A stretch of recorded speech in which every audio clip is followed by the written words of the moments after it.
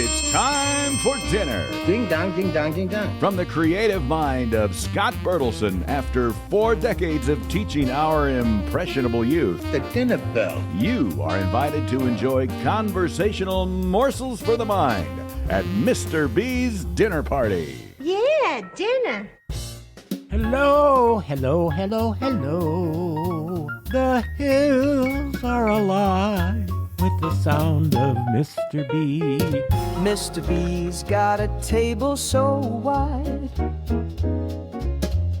Pull up a chair, let your worries slide. School days, tales, and a movie or two. He's serving up wisdom with a side of stew. Belly up to the table, my friend. The feast of thought will never end. From travels far to a spiritual climb. Morsels of musing served in rhyme. It's Mr. B, and it's time for Mr. B's dinner party. Not breakfast party, not supper party, but dinner party. How's it going today? How are you? Maybe you're listening in the middle of the night. You couldn't sleep, so now you're listening to a podcast. Maybe you're listening to me as you're getting ready in the morning for work, or maybe you work second shift, or maybe you work the graveyard shift, or maybe you don't work. Whatever works for you. Or maybe you're a student and you're driving to school, and maybe you're driving to an event. Whatever it is, I'm with you, and I'm happy to bring some joy and hopefully some information and bring some laughter. Yeah. Love to laugh. Into your life. So today we are going to be looking at some of the movies of the 80's, which is a big part of my life. We're going to be talking about my spiritual journey. We're going to be looking at old age pet peeves, since I'll be 67 coming up soon, which is just a baby. And then I'm going to talk about a very emotional film that I just saw recently. And then we'll see what else is on the agenda. I might be pooped out by then. So anyway, belly up to the table. It's time for Mr. B's dinner party. Yay! Let's have a seat round the proverbial table Would you like to say grace?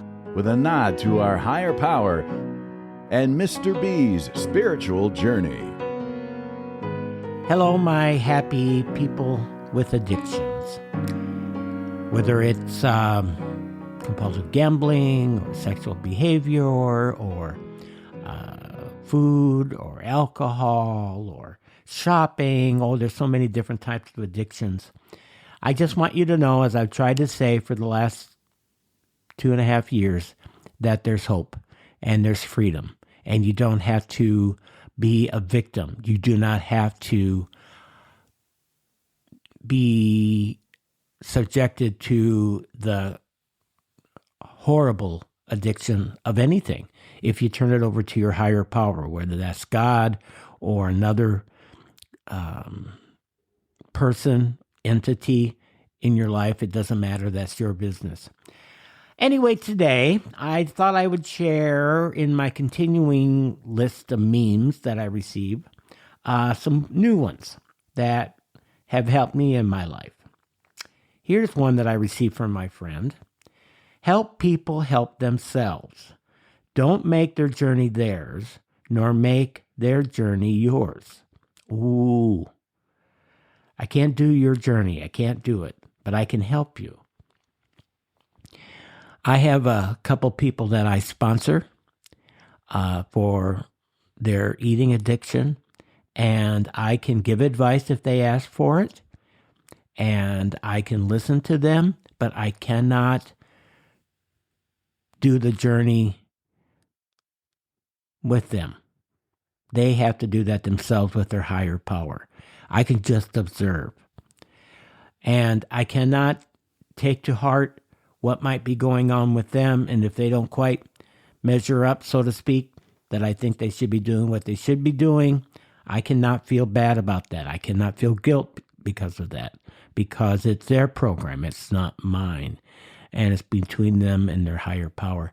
I recently had a sponsee who started a clean day. He started a couple weeks ago with he classified it his first clean day of food sobriety, and then lost it. Now, that's not unusual. I'm not endorsing it. Have I done it? Yes. And I simply told him, just start over. You can start over anytime, as my sponsor used to tell me. You can be in the bathroom. You could be walking down the hall. You can be walking into a bank. You can be driving in the car, and you can start your abstinence, your freedom from overeating, once you have given up your control. Here's another great one I received from my friend. It's which I know you can't see, but it's a graphic, and it says, here are the things that are out of my control: the action of others, the past, the opinions of others, what happens around me, the outcome of my efforts, the future, how others take care of themselves, and what other people think of me.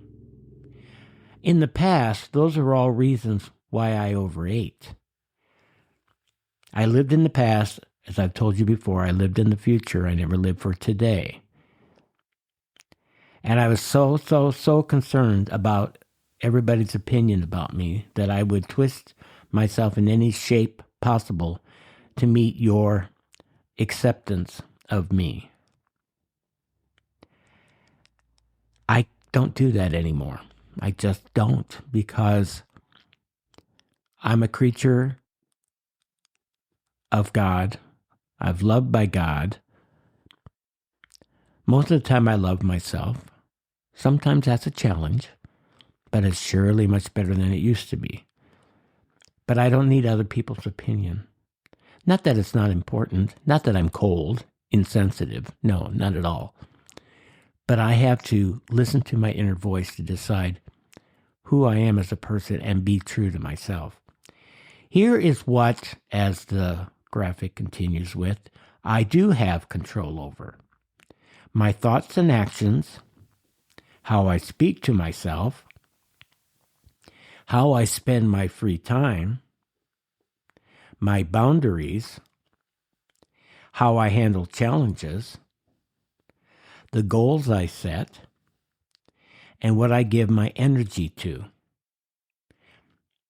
In the past, I would overeat over these because I would not want to do something. And so I would not do it, say I'm going to do it, not do it, say I'm going to do it, not do it. Do you see a pattern here? And I would say, I'll do that tomorrow. I'll do that tomorrow. I'll do that tomorrow. Woke up in the middle of the night, said, I'm not doing that. No, don't want to start it. Too much. Too stressful. Instead, I should just do whatever I've been putting off for all this time, maybe in short little segments, which is getting more done than I ever have before. That's what I need to give my energy to. That's what I need to give my thoughts and actions to. And set a goal. Set a realistic goal. And realize that if I don't meet that goal, that I shouldn't just throw it all away and say, well, bring on the ice cream. No.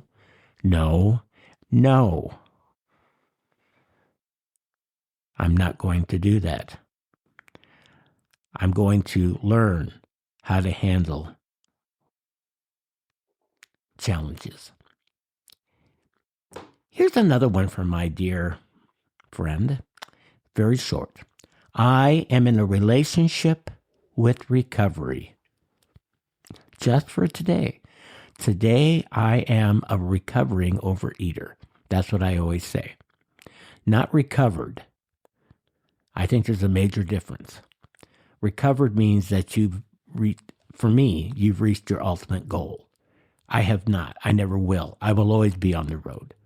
There's no end to this. It's a 24-hour reprieve from overeating. Nothing more than that. So I am in recovery. Let's listen to another one. Food is for fuel, and friends are for comfort. Let's never confuse the two. Oh, amen for that. That's one major thing that I've learned with coming to grips with my overeating, is that food is merely a fuel. Now, yes, I can enjoy it. I can savor it. I can look forward to it. I don't think there's anything wrong with that. But it has to be abstinent food, and it has to help my body operate.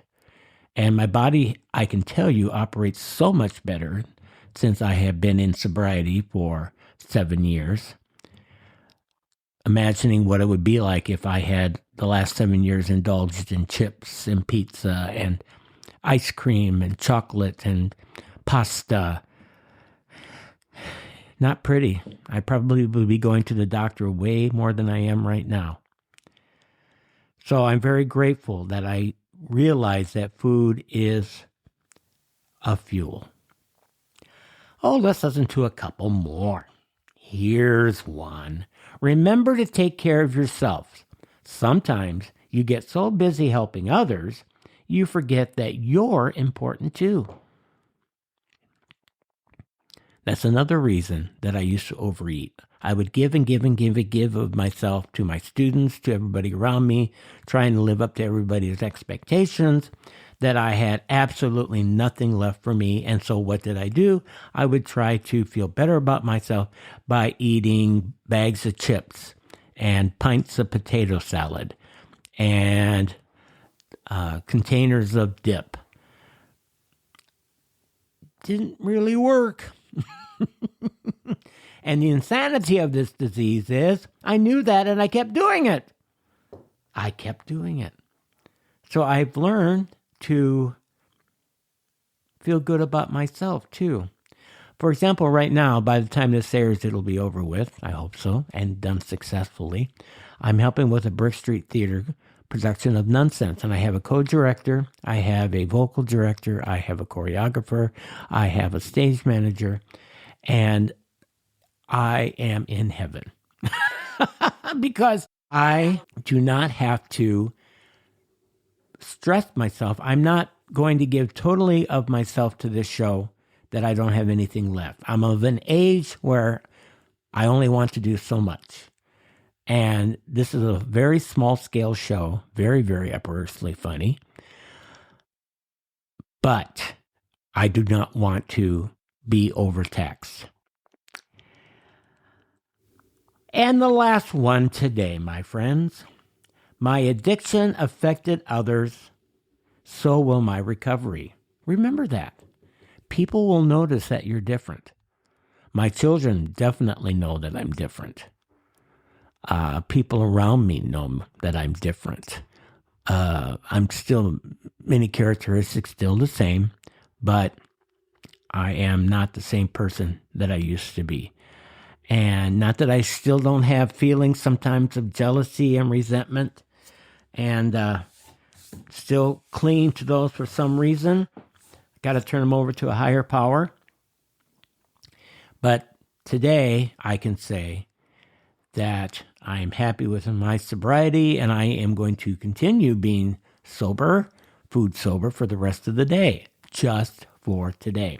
So anyway, folks, we'll keep continuing with our journey, because every day is a journey. Every day is a gift from a higher power. Every day we can tell ourselves we're going to be of service to others and to look out for ourselves. But always keep in mind that the number one priority for me, and if you have an addiction for you, is that you have to have, number one, your sobriety, to stay away from your alcoholic, so to speak, behaviors. And if you turn those over to your higher power, he will take them away. For the next course, come one, come all. Nothing spoiled here. From comfort classics to what's hot now. Film reviews from Mr. B's Rewatchables. Hello, happy film lovers. I'm just going to make a comment about a film that's in theaters right now. And I'm not going to go into great detail about it. I might later on. I might do it for my Halloween special feature. But anyway, I just recently saw a very popular film called Weapons. And I like many, many different kinds of movies. But I had told you that I do love horror films. And this is by the same director who did the movie Barbarian 2 or 3 years ago, which I really, really liked. And I think this film is brilliant. And I was absolutely taken in by the story of Weapons. All I will tell you is that it involves a group of second or third graders, one class in this school, that one night at 2:17, I believe it was, in the morning, exit their homes, run down the street, and completely disappear. And the film deals with why this happened and what's the result of this happening. And it has so many twists and turns. I would not say it's an exceedingly violent film or gory film, but it is very scary. And it takes you by surprise. And that's what I love about good filmmaking. So, as an aside, I would suggest you see Weapons if you like very involved stories. What happens to the children? You'll have to see the film. Now, as Monty Python used to say, now to something completely different. I'm a fan of TCM, Turner Classic Movies. I like to record certain films and watch them over and over. One that I've seen more than once that was on recently that really moved me was a film called The Subject Was Roses. And it came out in 1968. And it is a very, very depressing film. Now you might say, okay, here he goes.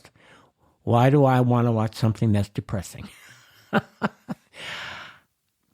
Because you can apply it to your life and say, how can I do something differently from what they did? I don't know. That's how I feel. But I love this film, and I would watch it again, and I hope to, because of the performances and the believability of the characters. Watching this marriage completely deteriorate. So anyway, it is based on a Pulitzer Prize-winning play of the same title. The film stars one of my favorite actresses, Patricia Neal, Martin Sheen, he was very young in this film, and Jack Albertson, who did the role in the original play. It follows a World War II veteran, that's Sheen, who returns home to the Bronx. You are here. Want to pinch me? Go ahead. Go on. There, you believe it now? Now, what are you doing? And very soon becomes disillusioned to find that his parents' marriage is chaotic, filled with quarreling, discord, and hatred. It had unanimous praise when it was released. Neal and Albertson received nominations for Best Actress and Best Supporting Actor at the Academy Awards, and Albertson won. Sheen was nominated for Best Supporting Actor at the Golden Globes, and it was selected as the National Board of Review's top 10 films of the year. So anyway, to give you a little story about what's going on with The Subject Was Roses, Timmy, played by Martin Sheen, comes home after World War II and realizes his parents have drifted apart and quarrel all the time. and the father is having affairs. He used to be close to his mom, but now he finds himself getting closer to his father. But he is trying to remain neutral. One day, he and his father go to their summer cottage, and Timmy buys a bouquet of roses. And he suggests that the father present them to the wife. Well, the wife is thrilled by the apparent thoughtfulness, and the three spend an evening in Manhattan. You ever see such pretty hair? Beautiful. Please let me open the door. The husband then gets inebriated, makes advances on his wife, and she rejects him and breaks a vase, or also known as vase, of flowers. I want things right between us. You think this is going to make them right? Well, we have to start someplace. Start! Please? And then he says it was Timmy who bought them. Timmy gets into an argument with his mother in which he accuses her of trying to make him choose between his parents and vents about other grievances. Then the wife disappears for 12 hours. John gets in another argument with his son. It's just argument upon argument upon argument, fueled by alcohol.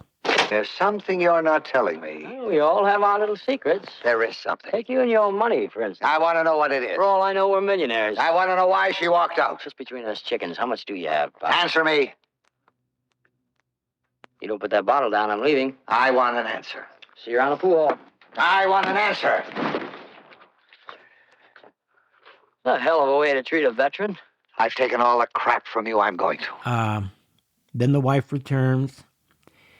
Timmy realizes the situation is not going to improve, and he says he's going to leave, which his parents are very upset about, because I think they think that's the only thing they have that will keep them together.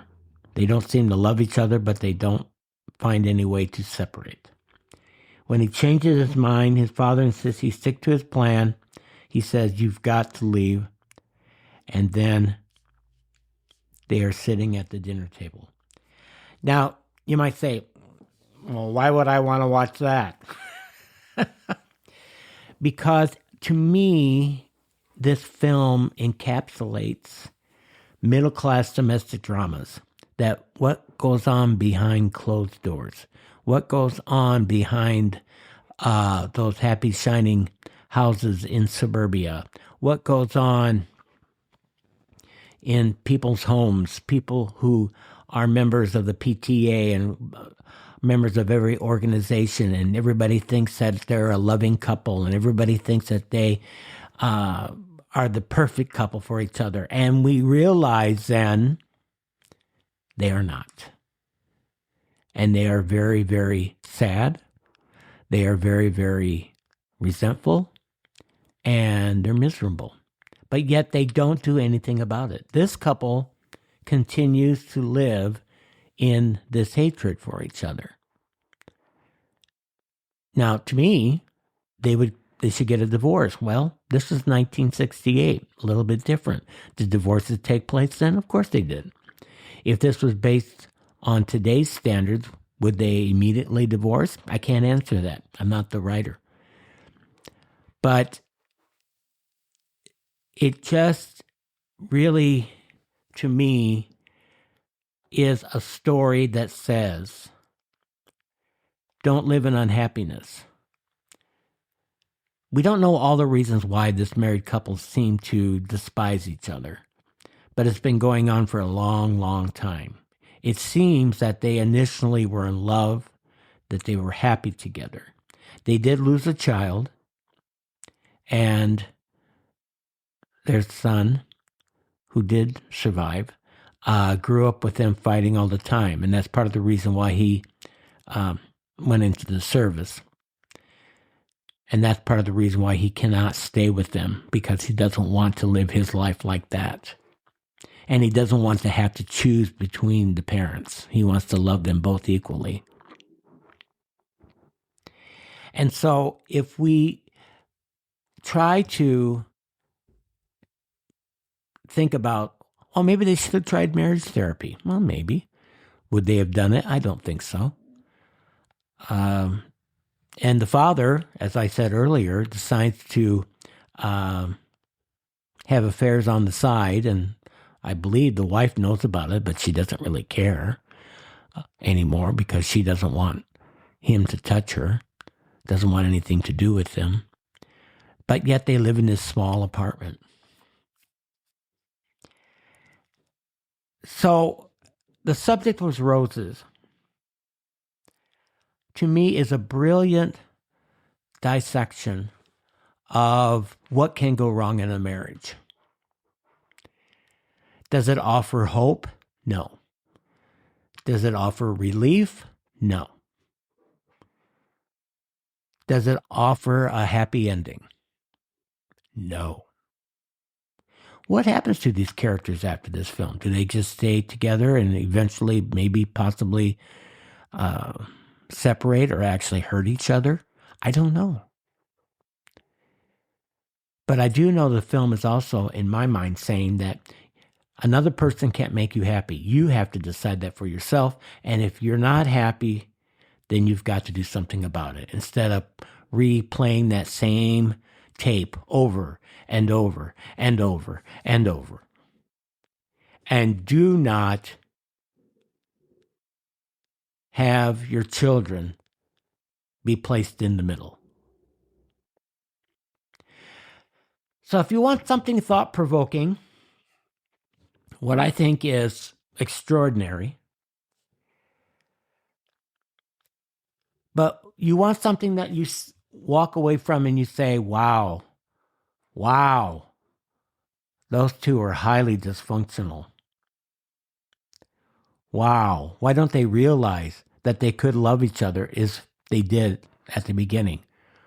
What is getting in the way? And that's what we have to do. What's getting in the way of our happiness? That's why I suggest the subject was roses. You can see it on TCM occasionally. I'm sure you can buy the DVD. It might be on a streaming service. Superb performances. Superb. The subject was roses. All right, my happy theatrical friends. You know, I've been on a journey from the 70s now to the 80s. We'll be making our way to the 90s soon. Of songs and movies that have a special place in my heart. Not necessarily for you. You might say, what? What's that about Willis? That's from Different Strokes, by the way. But I'm going to talk about some movies from the 80s that I still watch, whether it's streaming or on a cable station, or I own the movie. Anyway, here we go. I'm going to just choose 10 for the sake of time today.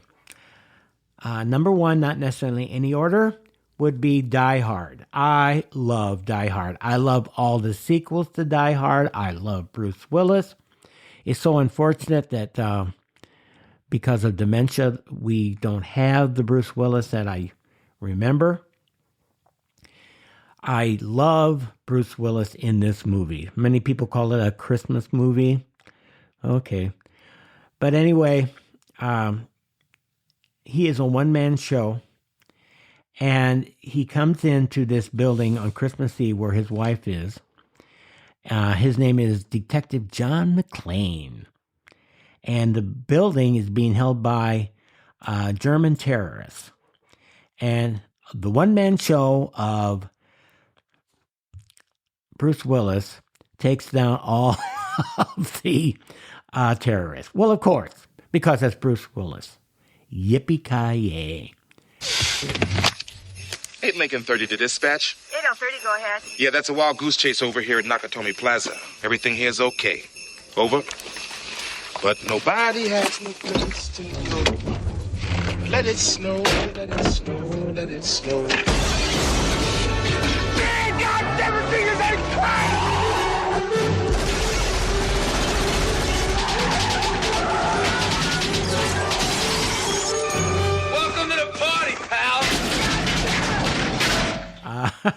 So, here's another one. When Harry Met Sally. Love that movie. Pair of friends who want to disprove the theory that men and women can't ever just be friends, that it's going to evolve into something else. Are they successful?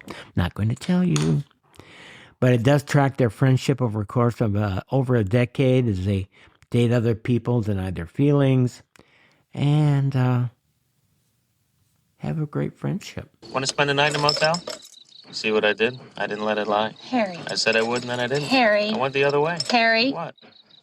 We are just going to be friends, okay? Great, friends. It's the best thing.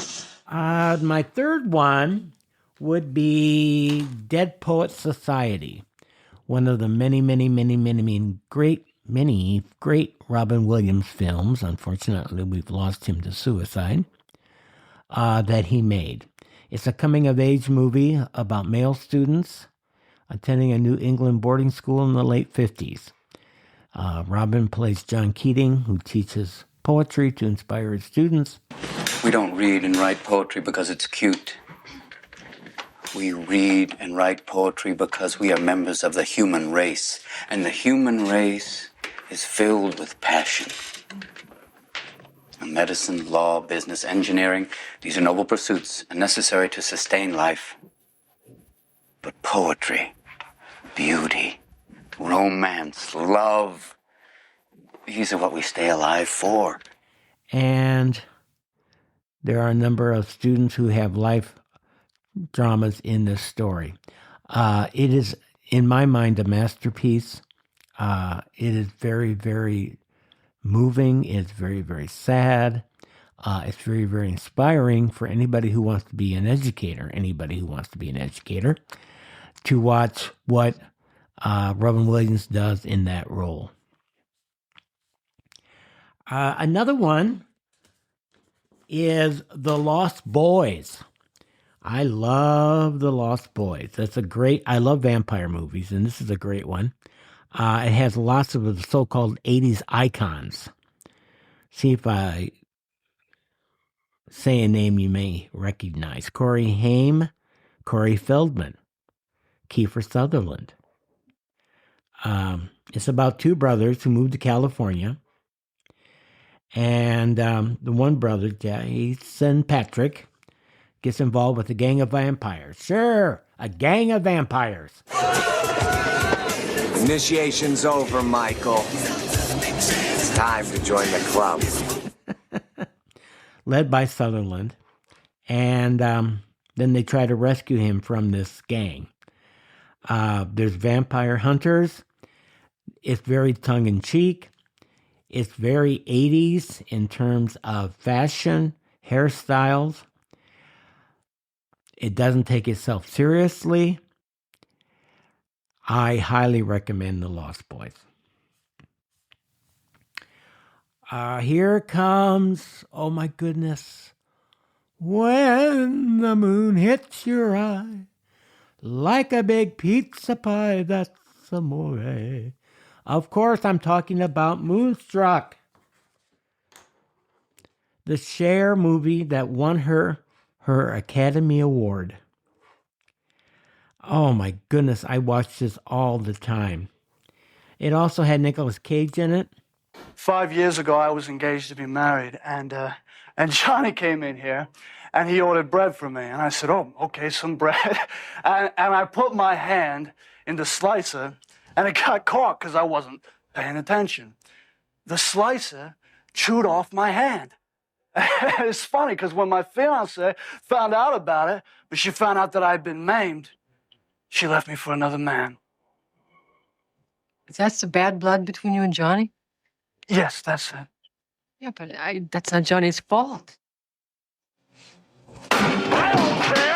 I ain't no freaking monument to justice! I lost my hand! I lost my bride! Johnny has his hand! Johnny has his bride! You want me to take my heartbreak, put it away, and forget? Who does a superb performance. We have Olympia Dukakis, who plays her mother. Oh my goodness, so funny. Tells the story of Loretta Castorini,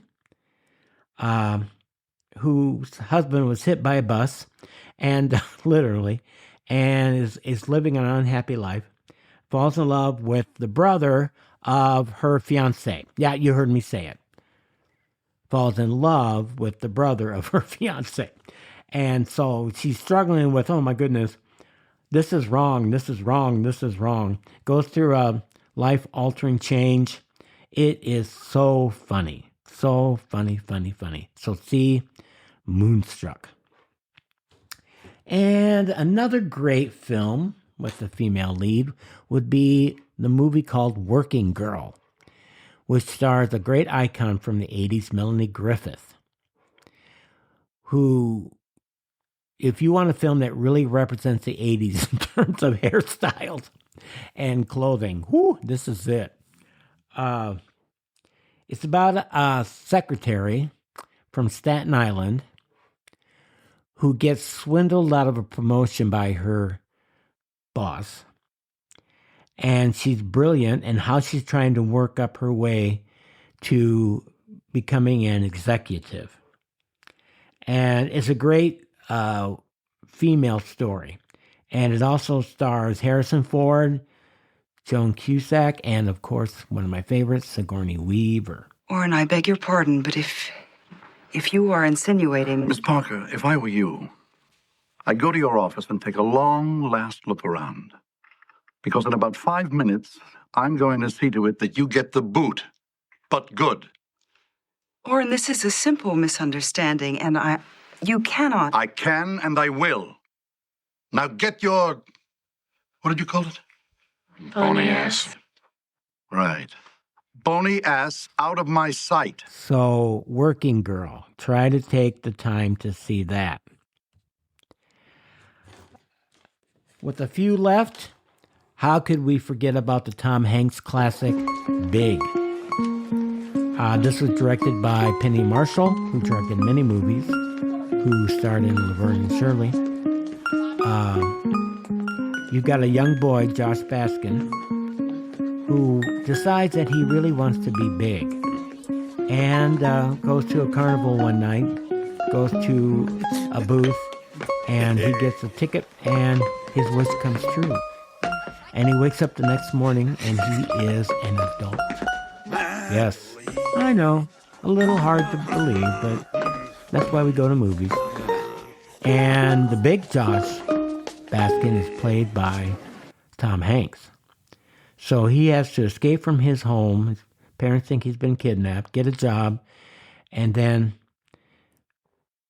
you have to watch the movie to see if he becomes small again, so to speak, or goes back to his original age. But it says a lot about how being an adult doesn't mean that you shouldn't have moments where you can act like a child. It's a brilliant film. The next one is laugh out loud, Ferris Bueller's Day Off. Ferris Bueller.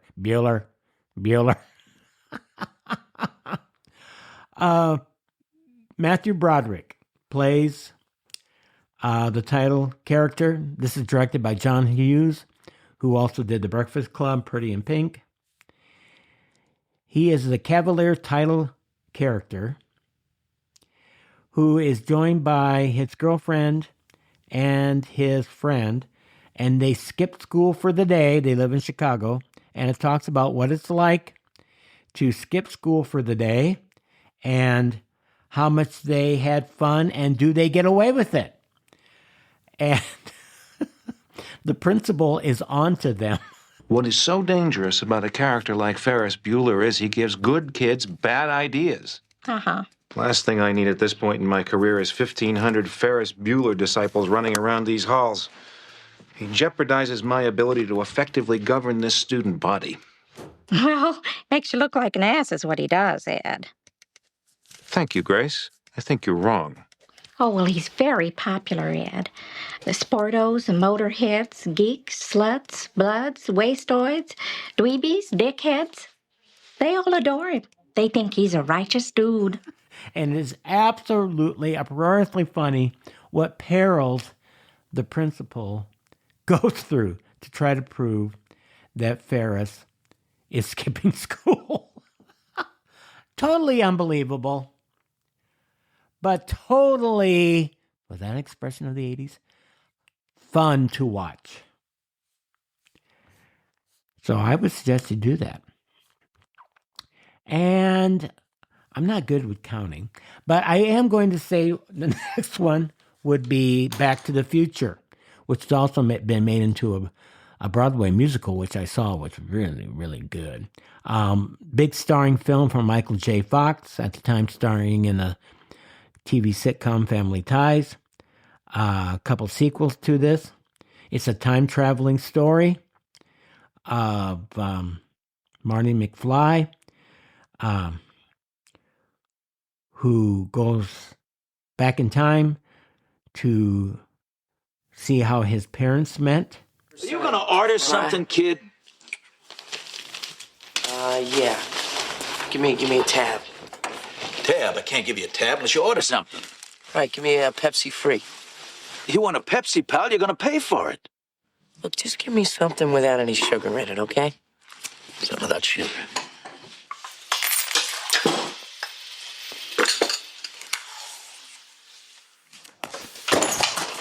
Hey, McFly! What do you think you're doing? Biff.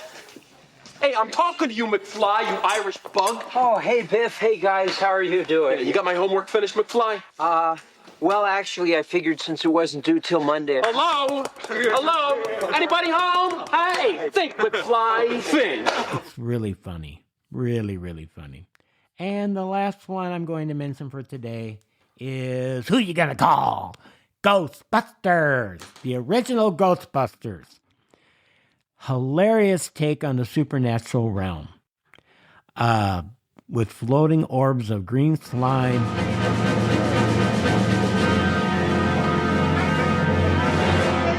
He slimed me.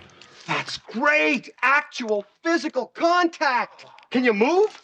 Ray, come in, please. I feel so funky. Spengler, I'm with Venkman. Oh. You got slimed! That's great, Ray. Save some for me. Get down here right away. I just went into a ballroom. And demigods that look like a Stay Puft Marshmallow Man. Oh my gosh. Anyway, you've got the team of Dan Aykroyd, Harold Ramis, Bill Murray, Annie Potts as the secretary, a group of guys who offer their services as Ghostbusters. Bill Murray is absolutely at his prime in this film with his one-liners. And a couple sequels to it. I think they're still making Ghostbuster movies in the next generation. But the gigantic Stay Puft Marshmallow Man, a classic for life. So anyway, is that 10 or is that 9? Who's counting? But anyway, those are 10 great films of the 80s that I hope that you will watch on cable, or we'll watch on a streaming service sometime, because they are amazing. Because they made some great films in the 80s.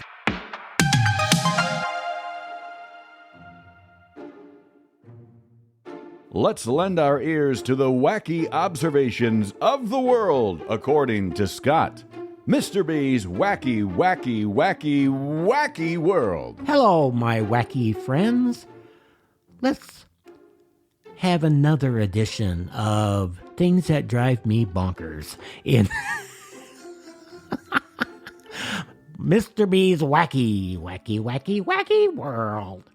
I'm going to talk a little bit, and maybe I've already alluded to this because that's one of my pet peeves, not having any memory anymore.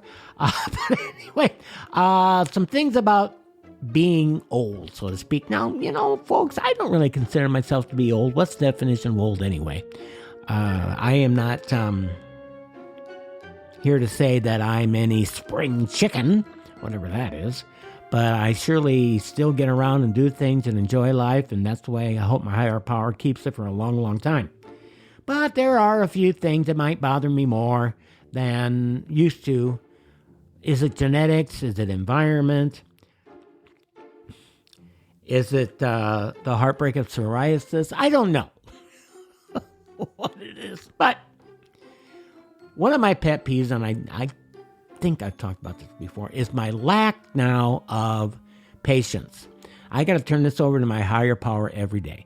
I stand in line in Walmart or any other convenience store, and people they don't have the right change. They don't have their debit card. They can't find their debit card. They take their items out of the cart at a snail's pace. Whatever it doesn't matter. It just makes me angry.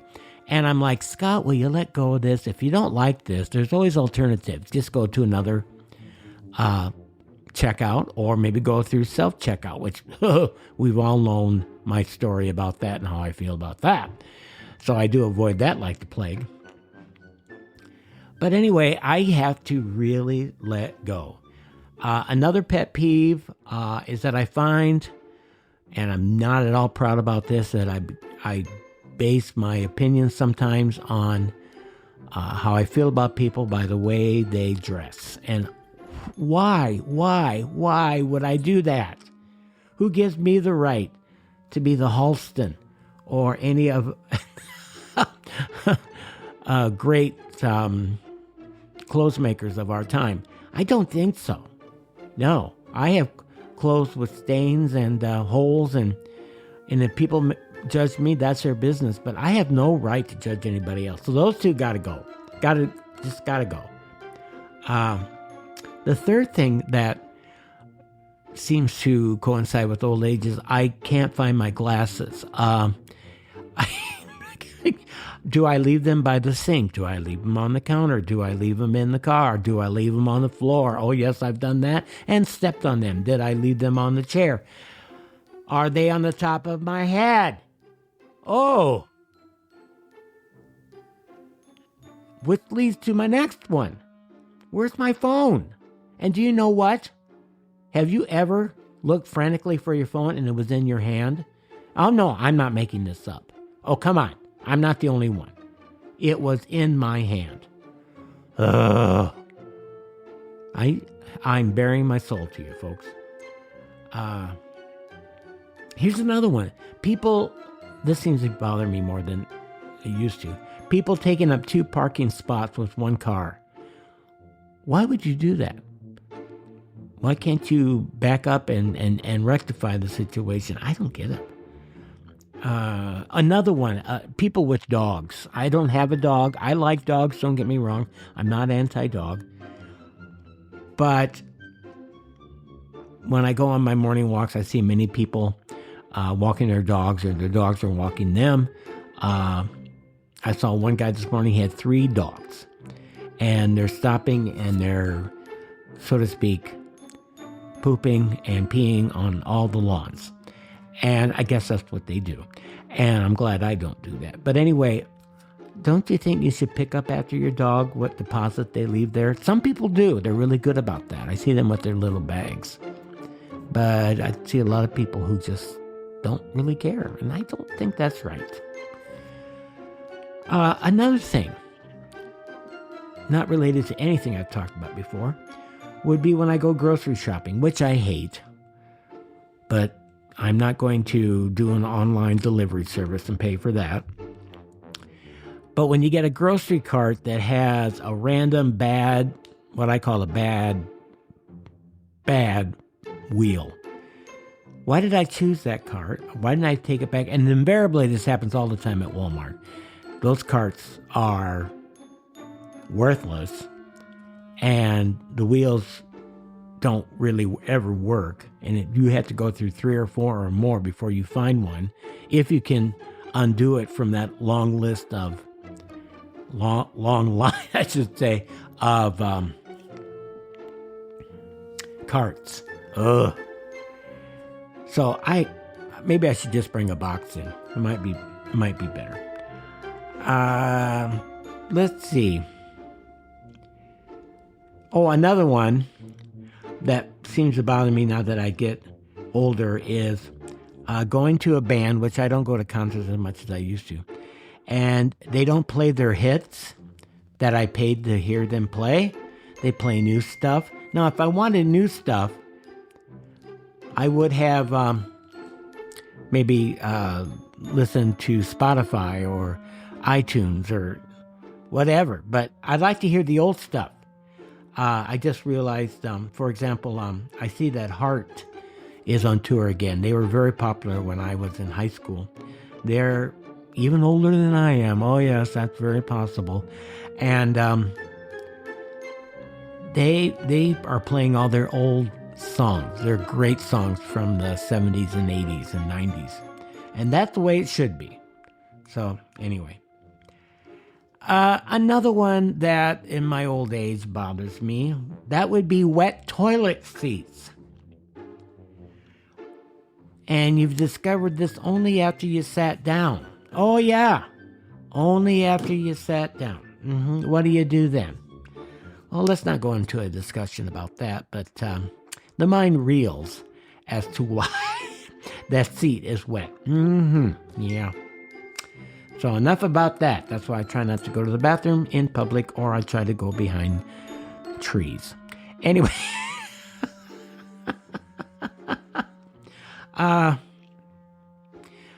Something else that bothers me, people who say the following statement, I'm not judging, but...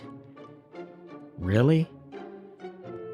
You are judging when you say but. Don't excuse yourself. Whether you judge or not, that's your business. I have no control over that. But if I ever hear myself say, I'm not judging, but, I need to stop. Because I'm judging. And I don't have a right to that. Anyway. Here's another one that I was visiting with my producer with this morning. And I'm not anti-gluten-free, dairy-free, lactose-free, vegan. I'm not. But it just seems like we have more and more of restrictions at events where there's meals being served, and you can sit over here if you're the gluten-free crowd, or this is a certain part of the buffet is gluten-free. And again, it's probably legitimate, okay? But my point was, when I was growing up in the 60s and graduating in mid-70s, we didn't have gluten-free, I don't think. If we did, I missed it. We didn't have dairy-free. We did not have peanut allergies. What's the deal? Why do we have those now? And again, I don't want to sound cold. I just don't get it. So, actually, I do fit into more of the gluten-free. I try to adhere to that. And people might look at me like, well, you're complaining about it, but you are one of them. I get that. But anyway, thought I'd just tell you. Another thing, I got about two more, that bothers me in my old age are people who are chronically late to a meeting. You can almost pinpoint how many minutes late they'll come in and what excuse they'll have as to why they're late, or they make no excuses at all. Why does that bother me? I don't know, probably because I want to control everything. That's part of my disease. I want to control everything. I want to make sure I know what's going on, and I want to take care of it, but I can't because I don't rule the world. I never will. So there. And my last one is when you're talking to someone on the phone and they put you on hold for longer than it should be so they can talk to somebody else. Unless it's a dire situation, I don't see the reason for that. Can't you call the person back after we're done talking? Am I trying to have a wah-wah feel sad for myself pity party? Probably. Which I'm trying to avoid at all costs.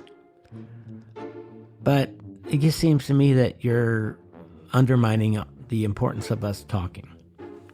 So anyway, I'm just letting you know that with my advancement of the years,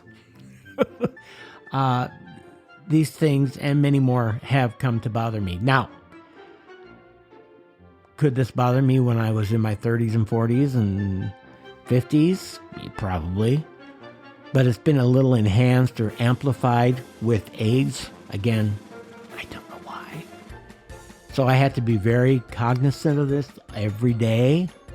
Walking into a Walmart, I need to prepare myself so I don't give in to those control issues and judging issues, because that's not what I'm coming in there for. I'm coming to get shaving cream or whatever, avocados, salad dressing.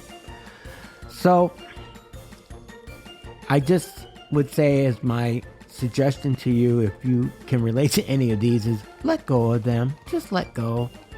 And if you have a dog and you're walking the dog in town and you're walking by my house, pick up their deposit, would you please? All right, my happy friends, Mr. B's got places to go, people to see. I'm so glad that I spent some time with you together just to have a laugh and sing a song. I'm borrowing that. I'm inventing a language now. I'm borrowing that from Carol Burnett. That was always her sign-off on the Carol Burnett Show, which I told you should become a staple for you to watch in reruns. So, until we get together again, we'll talk. Bye-bye. Television dramas and comedic reviews, pet peeves buzzing like honeydew blues, poetry sprinkled like salt on a dish, every word served with a twist and a swish. Belly up to the table, my friend. The feast of thought will never end, from travels far to a spiritual climb. Morsels of musing served in rhyme. Mr. B's Dinner Party is hosted by Scott Bertelson, edited and produced by Troy Thompson, recorded and distributed at Sunnyside Farm Studios, and platformed by Buzzsprout. Conversations flowing like fine red wine, world journeys mapped with tales divine. He's hosting a dinner for your hungry mind, a banquet of life where you can unwind. Belly up to the table, my friend. The feast of thought will never end, from travels far to a spiritual climb. Morsels of musings served in rhyme. Subscribe so you never miss an episode, and share with your friends. Listen and enjoy every other Wednesday. Conversational morsels for the mind on Mr. B's Dinner Party.